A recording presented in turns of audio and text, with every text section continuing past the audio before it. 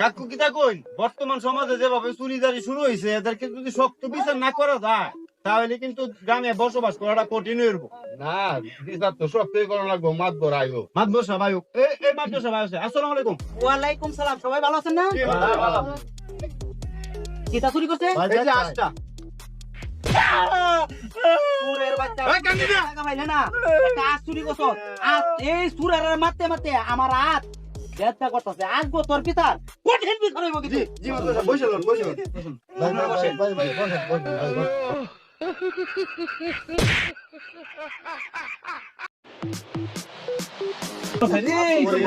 বেটা ভাই না তো আরে আমি ব্যথা ভাও না, চুর কই চুর কই।